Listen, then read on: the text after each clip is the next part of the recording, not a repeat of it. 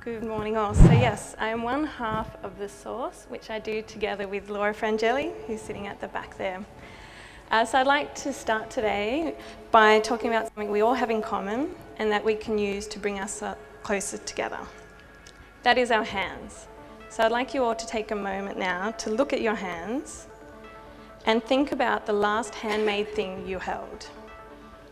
Now close your eyes and picture what that thing looked like, what it felt like, how it smelt, what it sounded like, and even perhaps how it tasted. Now I'd like to share my last experience. It was opening a bottle similar to this one here, which holds inside tomato passata, which is preserved tomato puree that Italians have been making for generations and generations at the end of summer so that they can have tomatoes to consume when they are naturally out of season. Now, why this bottle is so special to me is that I made it myself with 20 other friends, including people from the youth food movement, at the end of February last year. It was a perfect summer day when we left Sydney with 300 kilos of tomatoes on board and spent the whole Saturday turning boxes of tomatoes, super ripe tomatoes, into 250 bottles of passata. We sat around tables cutting the tomatoes. We stood around pots to make sure that the tomatoes got softened, the flesh got softened, and we huddled around the passata machine, feeding in the tomatoes, and the whole time the background noise was this constant chatter. We ended the meal with last year's passata, all sprawled out on the grass, covered with sweat, covered with tomatoes, and completely exhausted by our efforts of the day. This was so incredible for Laura and I because we are no experts at this. Previous year we only made it with 80 kilos of tomatoes, and so this was a big leap for us. And we really learnt and got into a rhythm all together on the day. So why do we do this? Laura and I had chatted for a long time about the tradition of Passata Day, and Laura grew up in an Italian family and she was seeing that this tradition was slipping away. Her grandparents always did Passata Day and family used to get all together, but as they got older, it was just her dad making small amounts for himself. She was so saddened by the idea that this skill, this tradition could be lost or was being done alone, and that the convenience of an imported $2 bottle of passata was winning out.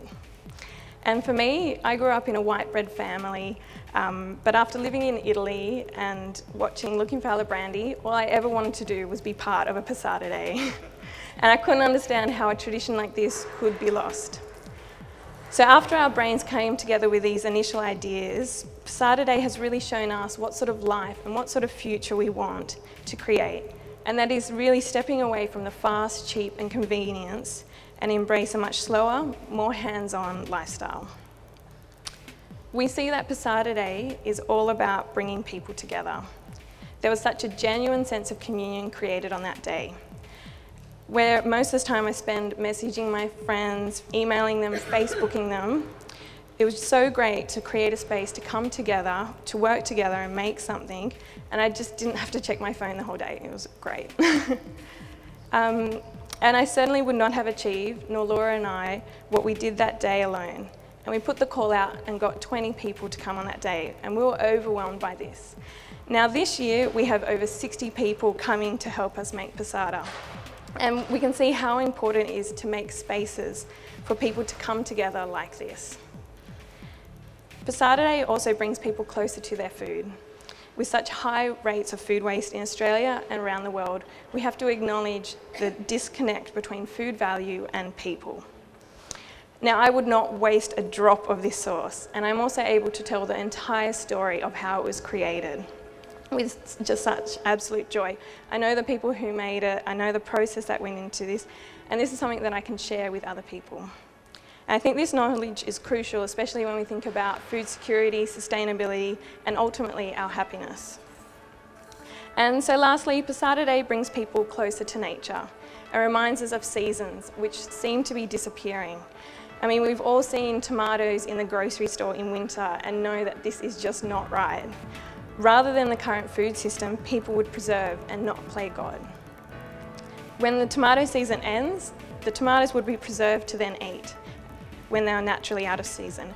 And we are losing this knowledge and connection with natural cycles, and we just simply can't let this happen.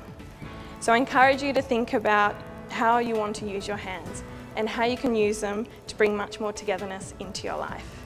And if you want to get your hands on a bottle of our Passata, we're running a possible campaign for Passata Day 2013, so you can help make the day even bigger and better, and also taste some of our sauce.